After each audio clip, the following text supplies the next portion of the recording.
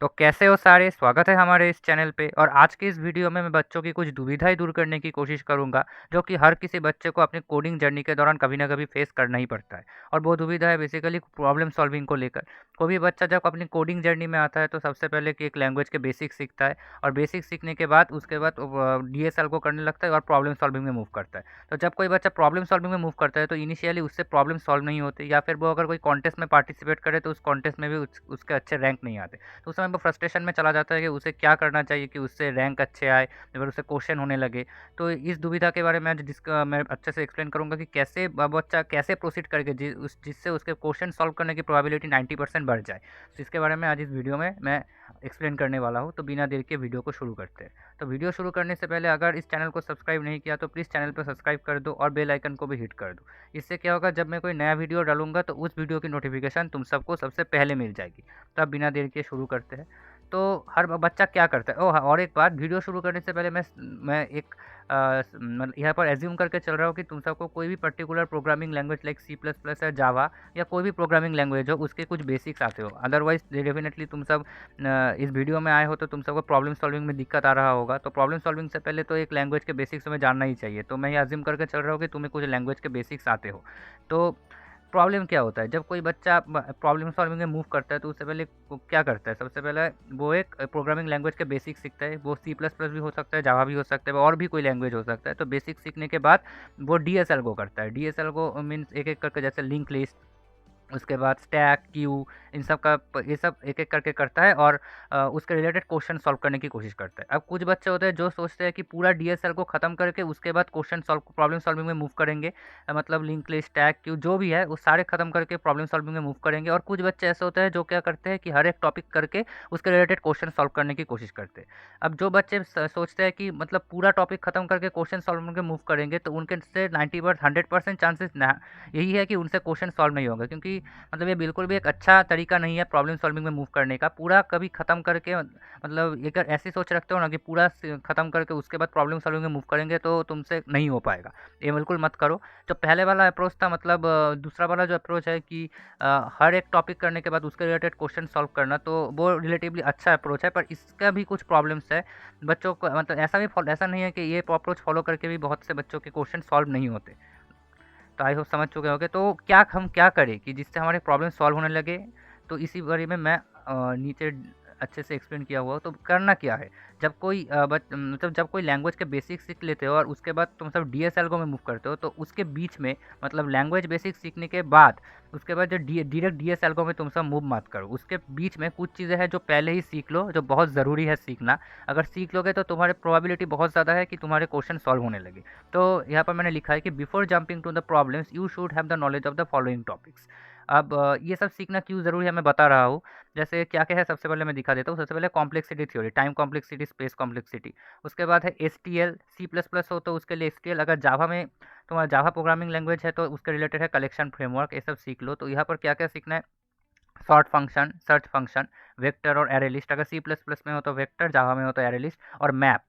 तो अगर सी plus plus में उसे अनऑर्डर्ड मैप कहते हैं और जावा में हैश मैप कहते हैं। तो ये सब सीख लो। उसके बाद तो दो एल्गोरिदम सीखना है, एक है रिकर्शन एंड दूसरा है डायनामिक प्रोग्राम। तो ये सब क्यों सीखना है, सबसे पहले मैं बता रहा हूँ कि ये सब सीखने की ज़रूरत क्या है। तो क्यों ज़रूरत है मैं बता रहा हूँ कि जब तुम सब क्या करते हो, प्रोग्रामिंग लैंग्वेज के बेसिक सीखने के बाद उसके बाद डीएस एल्गो में मूव करते हो। तो डीएस सबसे पहले तुम सपोज एक टॉपिक लिंक लिस्ट चुना, डेटा स्ट्रक्चर। लिंक लिस्ट पूरी तरह से कॉन्सेप्ट क्लियर होने के बाद उसके बाद क्या करते हो, उसके रिलेटेड क्वेश्चन सॉल्व करने लगते हो। तो प्रॉब्लम क्या होता है, जब तुम सब क्वेश्चन सॉल्व करने लगते हो तो जो क्वेश्चन तुमको दिया हुआ होता है उस क्वेश्चन में वो ऐसा नहीं है कि सिर्फ लिंक लिस्ट का कॉन्सेप्ट लगता है। जो क्वेश्चन तुम लिंक लिस्ट में सॉल्व कर रहे होते हो उसमें लिंक लिस्ट को छोड़ के भी दो तीन टॉपिक ऐसे रहते हैं जिसका कॉन्सेप्ट जानना ज़रूरी होता है। तो अगर तुम सबको कॉन्सेप्ट नहीं आएगा तो डेफिनेटली तुमसे क्वेश्चन सॉल्व नहीं होगा। फॉर एग्जांपल मैं देता हूँ, जो ट्री डेटा स्ट्रक्चर है, सपोज तुमने ट्री सीखा और ट्री सीखने के बाद तुम सब प्रॉब्लम सॉल्विंग में मूव किया। तो इससे क्या प्रॉब्लम होगा, ट्री के ज़्यादातर क्वेश्चन रिकर्शन से सॉल्व होते हैं। यहाँ पर मैंने लिखा है देखो, रिकर्शन, ट्री का ज़्यादातर प्रॉब्लम रिकर्शन से सॉल्व होता है। अगर तुमने रिकर्शन नहीं पढ़ा और उससे पहले ट्री पढ़ने के बाद तुमने प्रॉब्लम सॉल्विंग में मूव किया तो 90% चांसेस ये है कि तुमसे वो सब क्वेश्चन नहीं होंगे। तो प्रॉब्लम क्या है? प्रॉब्लम बेसिकली यही है कि जब तुम कोई एक टॉपिक पढ़ते हो और टॉपिक पढ़ने के बाद उसके रिलेटेड क्वेश्चन सॉल्व करते हो, पर उस क्वेश्चन में उस टॉपिक के अलावा भी 2-4 चीज़ें ऐसी है जो जानना ज़रूरी होता है। अगर नहीं जानोगे तो वो क्वेश्चन सॉल्व नहीं होगा। तो ये जो मैंने टॉपिक्स यहाँ पर डिस्कस किया है, ये सारे टॉपिक्स वही टॉपिक्स है जो ज़रूरत है हर कोई प्रॉब्लम सॉल्व करने को। जब कोई एक पर्टिकुलर टॉपिक पढ़ने के बाद जब तुम उसके प्रॉब्लम सॉल्विंग में मूव करोगे और वो प्रॉब्लम जब सॉल्व करने लगोगे तो ये 90% चांसेस यही है कि उन ये जो टॉपिक्स है इन टॉपिक्स के कंसेप्ट्स तुम्हारे वहाँ यूज़ होंगे। मतलब वो पर्टिकुलर टॉप सपोज तुमने सपोज ट्री का डेटा स्ट्रक्चर चूज़ किया, फॉर एग्जांपल दे रहा हूँ, बाकी के लिए भी एप्लीकेबल है। सपोज फॉर एग्जांपल तुमने ट्री डेटा स्ट्रक्चर चूज़ किया, तो जब ट्रीज के प्रॉब्लम सॉल्व करने लगोगे तो ट्री का कंसेप्ट तो लगेगा ही, उसके साथ रिकर्शन का कॉन्सेप्ट भी लगेगा। तो अगर तुम सबसे पहले रिकर्शन सीख लो के उसके बाद ट्री सीखने के सीखोगे और उसके बाद प्रॉब्लम सॉल्विंग में मूव करोगे तो तुमसे प्रॉब्लम होने लगेंगे। तो ये बेसिकली कुछ ऐसे टॉपिक्स थे जिनका इस्तेमाल हर प्रॉब्लम में लगता है, कोई भी कोडिंग प्रॉब्लम सॉल्व करने के समय लगता है। तो अगर तुम सब ये सारी चीज़ें सीख लोगे तो 90% चांसेस यही है उसके बाद तुम्हारे प्रॉब्लम सॉल्व होने की प्रोबेबिलिटी बढ़ जाएंगी। तो यहाँ पर जैसे शॉर्ट फंक्शन, जैसे तुम जब लिंक लिस्ट या फिर स्टैक कुछ भी हो, ये सब डेटा स्ट्रक्चर पढ़ने के बाद जब तुम कोई प्रॉब्लम सॉल्विंग में मूव करोगे तो ना बहुत से क्वेश्चन ऐसे होते हैं जहाँ पर तुम्हें शॉर्ट फंक्शन यूज़ करना होता है। तो शॉर्ट फंक्शन क्या होता है बता रहा हूँ। ये जो HTML कलेक्शन फ्रेमवर्क C++ है, जावा, ये दो लैंग्वेज में एक शॉर्ट फंक्शन इनबिल्ट बना हुआ है, मतलब लिखा हुआ है। तो ये फंक्शन क्या करता है, कोई भी एरे या वेक्टर कुछ भी लेके उसे सॉर्ट कर देता है। और तो इससे क्या होगा, तुम अगर सपोज एक प्रॉब्लम में तुम्हें सॉर्टिंग करना हो तो तुम्हें एक्सप्लिसिटली सॉर्ट फंक्शन लिखने की कोई ज़रूरत नहीं, अगर तुम इसे डायरेक्ट इंप्लीमेंट कर दो तो हो जाएगा। तो सपोज तुम्हें पता नहीं था कि ऐसा कोई सॉर्ट फंक्शन एग्जिस्ट करता है और तुम प्रॉब्लम सॉल्विंग में मूव कर गए और तुम वहाँ से खुद से शॉर्ट फंक्शन लिखने बैठ गए, तो ये बहुत फ्रस्ट्रेटिंग है। तो ये सब इसलिए मैं कहता हूँ कि क्या करना है, एक लैंग्वेज के बेसिक सीख लेना, उसके बाद डायरेक्ट डेटा स्ट्रक्चर एल्गोरिथम मतलब स्टैक, क्यू, लिंक लिस्ट, ये सब ऑर्डरली पढ़ने से पहले ये सब चीज़ें सबसे पहले पढ़ लेना।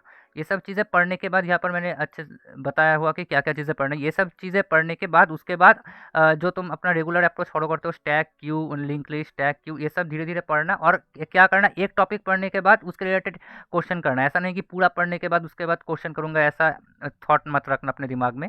एक टॉपिक पढ़ने के बाद उसके रिलेटेड क्वेश्चन सॉल्व करना बहुत ज़्यादा इफेक्टिव होगा। मतलब क्या कहा, मतलब एक लैंग्वेज के बेसिक्स पढ़ना, उसके बाद इन सारी टॉपिक्स को पढ़ लेना।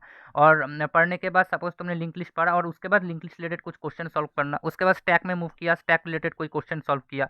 मैं स्टैक पढ़ने के बाद उसके रिलेटेड कोई क्वेश्चन सॉल्व किया। ऐसे हर एक टॉपिक पढ़ने के बाद उसके रिलेटेड क्वेश्चन सॉल्व करना। ऐसा नहीं कह रहा कि सब क्वेश्चन होंगे, डेफिनेटली कुछ क्वेश्चन नहीं भी हो सकते हैं, पर मतलब पहले जितने होता था उससे ज़्यादा होगा। मतलब प्रॉब्लम सॉल्व करने की प्रोबेबिलिटी नहीं बहुत बढ़ जाएगी अगर तुम सब ये अप्रोच फॉलो करते हो। तो आई होप वीडियो अच्छा लगा होगा। अगर ये वीडियो अच्छा लगे तो प्लीज़ वीडियो को लाइक कर दो। अगर ये यूज़फुल वीडियो लगे तो प्लीज़ अपने दोस्तों को शेयर भी कर दो और बेल आइकन को भी हिट कर दो। इससे क्या होगा, जब मैं कोई नया वीडियो डालूँगा तो उसकी नोटिफ़िकेशन तुम सबको सबसे पहले मिल जाएगी। तो अभी यहीं तक रखते हैं। See ya, have a good day. Bye bye.